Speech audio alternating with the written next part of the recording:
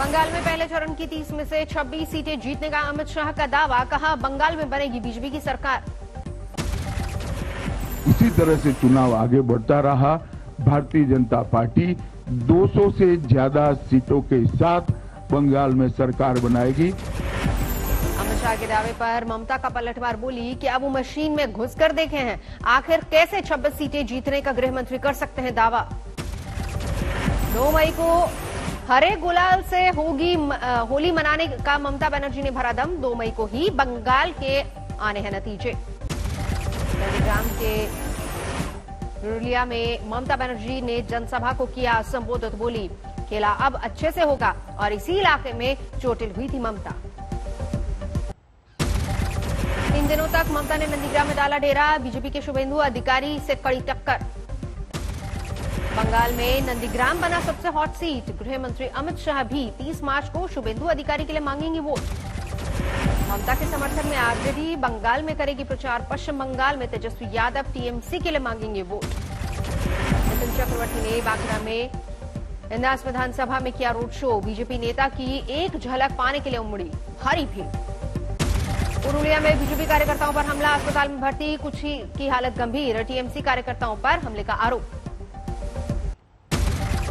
सिलीगुड़ी में अराजक तत्वों ने तोड़ी टीएमसी नेता कुंतल रॉय की गाड़ी, घर के बाहर खड़ी थी कार।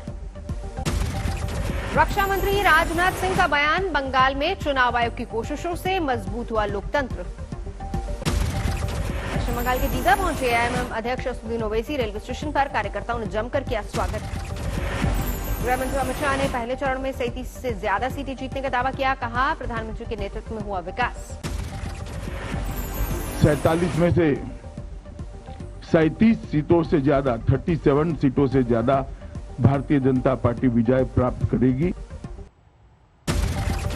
राजनाथ सिंह केरल की वारखाला में रोड शो कर रहे थे, साथ ही असम में एक बार फिर से बीजेपी सरकार का दावा उन्होंने किया। रक्षा मंत्री राजनाथ सिंह ने नारायण गुरु मंदिर में भी की पूजा अर्चना, बाद में बोले ये तय है केरल में भी बीजेपी का मत प्रतिशत बढ़ेगा। कांग्रेस ने पुडुचेरी के लिए जारी किया चुनावी घोषणा पत्र, वैक्सीनेशन का खर्च उठाने का वायदा किया। मन की बात में प्रधानमंत्री नरेंद्र मोदी ने जनता कर्फ्यू का किया जिक्र, कहा दवाई भी कड़ाई भी जरूरी। यह मोदी के मन की बात के 75 एपिसोड पूरे, कहा ऐसा लगता है जैसे कल की बात हो। सभी श्रोताओं का जताया आभार। शिवसेना के मुखपत्र सामना में महाराष्ट्र के गृह मंत्री अनिल देशमुख पर उठाए गए बहुत सारे सवाल, बताया एक्सीडेंटल होम मिनिस्टर। सामना के जरिए संजय राउत ने देशमुख पर साधा निशाना, पूछा क्या वाजे की वसूली की जानकारी राज्य के गृह मंत्री को नहीं थी। अनिल देशमुख पर हमले से एनसीपी खफा, डिप्टी सीएम अजीत पवार बोले ऐसे बयान से बचे राउत। सामना में लेख के बाद कांग्रेस ने उद्धव ठाकरे को घेरा, संजय निरूपम ने पूछा उद्धव मौन क्यों है। राउत के संपादकीय के बाद बीजेपी ने भी उद्धव सरकार को घेरा। राम कदम ने कहा देशमुख का इस्तीफा क्यों नहीं लेते उद्धव। मानसू गिरन केस में सचिन वाजे को मीठी नदी लेकर पहुंचे एनआईए, गोताखोरों को मिले कई अहम सुराग। एनआईए को मीठी नदी से number plate, CPU, hard disk और डीवीआर मिली, दोनों नंबर प्लेट्स पर एक ही नंबर। पंजाब में बीजेपी विधायक की राज्यपाल से शिकायत, बीजेपी के ने मुख्यमंत्री अमरिंदर सिंह के घर के बाहर प्रदर्शन भी किया। बीजेपी एमएलए की पिटाई के मामले में मुक्तसर पुलिस ने 4 लोगों को गिरफ्तार किया, 23 लोगों की हुई शिनाख्त। रोहतक में एनएलडी महासचिव अभय चौटाला का बड़ा बयान, बोले पंजाब में बीजेपी के विधायक के साथ जैसा हुआ यहां भी वैसा ही करना पड़ेगा। महाराष्ट्र में कोरोना के हालातों पर मुख्यमंत्री उद्धव ठाकरे की बैठक, लॉकडाउन लगाने के संकेत दिए। नागपुर में 24 घंटे में कोरोना से 58 लोगों की मौत, करीब 4000 लोग संक्रमित। महाराष्ट्र में 15 अप्रैल तक नाइट कर्फ्यू लागू, कई हिस्सों में सरकार ने लिया है फैसला। कोरोना पर जल्दी काबू पाने का स्वास्थ्य राज्य मंत्री ने जताया भरोसा। सहरसा में बोले अश्विनी चौबे, प्रधानमंत्री के नेतृत्व में भारत ने न सिर्फ महामारी से लड़ा बल्कि देसी वैक्सीन का इजाद भी किया। किफायती और अच्छी क्वालिटी का दोनों ही वैक्सीन हम कह सकते हैं स्वाभिमानी भारत के लिए, आत्मनिर्भर भारत के लिए एक बहुत बड़ी सफलता है। आईएम अहमदाबाद में कोरोना का हमला, छात्र प्रोफेसर समेत 40 लोग संक्रमित। गांधीनगर के आईआईटी इंस्टीट्यूट में भी 26 छात्र बीमार। अहमदाबाद के बाद अब ओडिशा के संस्थान में भी छात्र कोरोना पॉजिटिव, 10 छात्रों समेत 21 संक्रमित। दिल्ली सरकार ने शादी समारोह में लोगों की संख्या पर लगाई रोक, बंद जगहों पर 100 लोगों को ही इकट्ठा होने की इजाजत। दिल्ली में मास्क नहीं पहनने वालों को 875 लोगों का चालान कटा, अब तक 5,31,000 से ज्यादा लोगों को लग चुका है जुर्माना। दिल्ली में एलीट वैश्य संस्था ने कोरोना योद्धाओं को किया सम्मानित। दिल्ली पुलिस, डॉक्टर समेत कई कोरोना योद्धाओं को नगद पुरस्कार के साथ दिया गया प्रमाण पत्र। अहमदाबाद पहुंचे गृह मंत्री अमित शाह, अस्पताल का किया उद्घाटन। गाजीपुर बॉर्डर पर कृषि कानूनों के खिलाफ किसानों ने जलाई कानून की प्रतियां। संयुक्त किसान मोर्चा ने कहा कानून को रद्द करना ही होगा।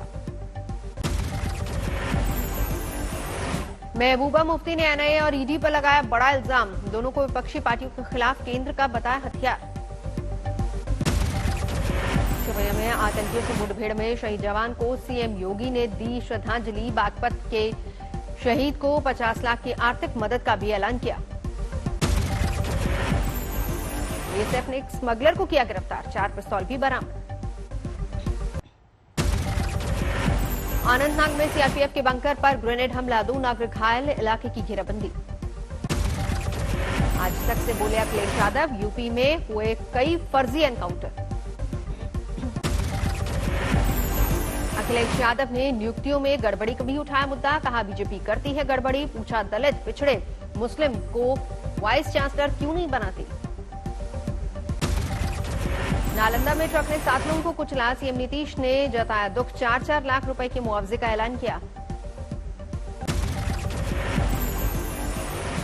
चंदौली में आलू की बोरियों में छिपाकर बिहार ले जाई जा रही कप सिरप की खेप बरामद, 16.5 लाख की कप सिरप के साथ 3 गिरफ्तार। झज्जर में गेस्ट टीचर की हत्या से सनसनी, बदमाशों ने गोलियों से भूना।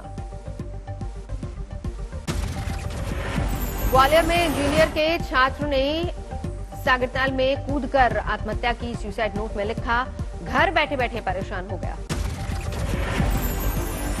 विधायक रामाबाई के पति गोविंद परिहार को गिरफ्तार कर कोर्ट में पेशी, देवेश चौरसिया मर्डर केस का आरोपी। झांसी में सिपाही ने एक शख्स के घर के बाहर की फायरिंग, गाड़ी में भी की तोड़फोड़, सीसीटीवी में कैद हुई पूरी वारदात। मुंगेर के दारापुर बाजार में भीषणाग, 50 से ज्यादा दुकानें जलकर खाक, आग लगने की वजह का अभी तक पता नहीं। मथुरा में यमुना एक्सप्रेसवे पर दर्दनाक हादसा, बस से टकराई वैगनार, हादसे में 3 लोगों की गई जान।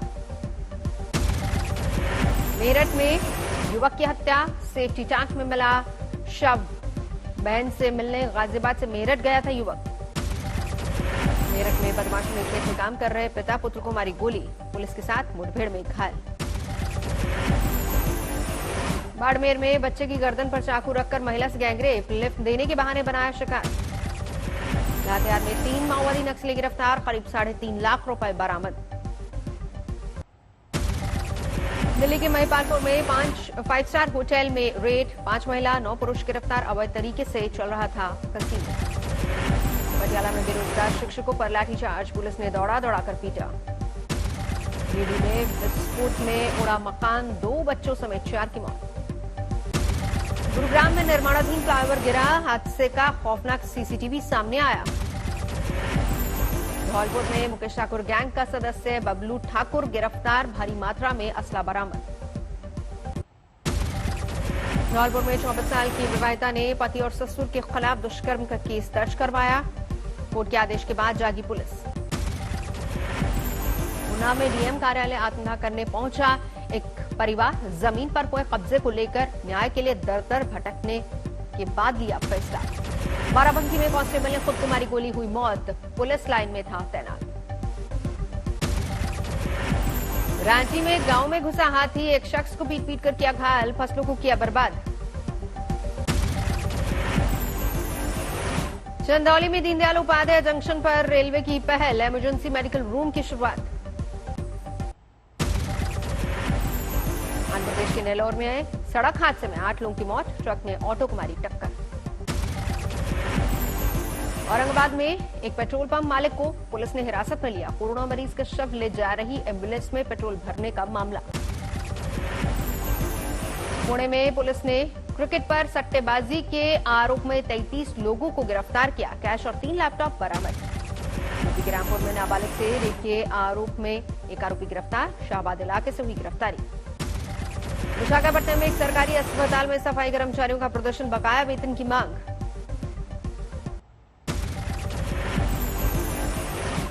पुणे के तीसरे और निर्णायक वनडे के रोमांचक फाइनल मुकाबले में भारत ने इंग्लैंड को 7 विकेट से हराया, सीरीज पर 2-1 से कब्जा।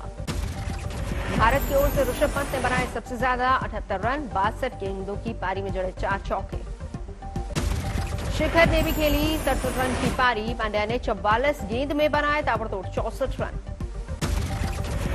इंग्लैंड की ओर से डेविड मलान और सैम करन ने जड़ी हाफ सेंचुरी, नहीं चला बाशो का बल्ला। भारत की ओर से शार्दुल ठाकुर ने अब तक झटके 4 विकेट, भुवनेश्वर के खाते में 3 विकेट। सड़क परिवहन मंत्रालय ने बनाया डिजिटल डेटा, देश की सड़कों पर दौड़ रहे हैं 4 करोड़ से ज्यादा पुराने वाहन।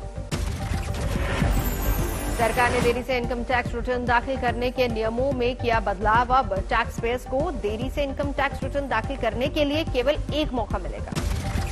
अप्रैल से फरवरी के दौरान कुल आयात में 14% की गिरावट, 2020-21 में 196.13 मिलियन टन कोयले का इंपोर्ट। कोरोना के मामलों में बढ़ोतरी की वजह से आरबीआई नहीं करेगा रेपो रेट में कोई भी बदलाव, डन एंड ब्रैडस्ट्रीट की रिपोर्ट का अनुमान। बीते हफ्ते शेयर बाजार में टॉप 10 में से 7 कंपनियों का मार्केट कैप 1 लाख करोड़ से ज्यादा गिरा, आरआईएल को सबसे ज्यादा नुकसान। पैन आधार लिंक न कराने पर देना पड़ सकता है 1000 रुपए का जुर्माना, 21 मार्च है आखिरी तारीख।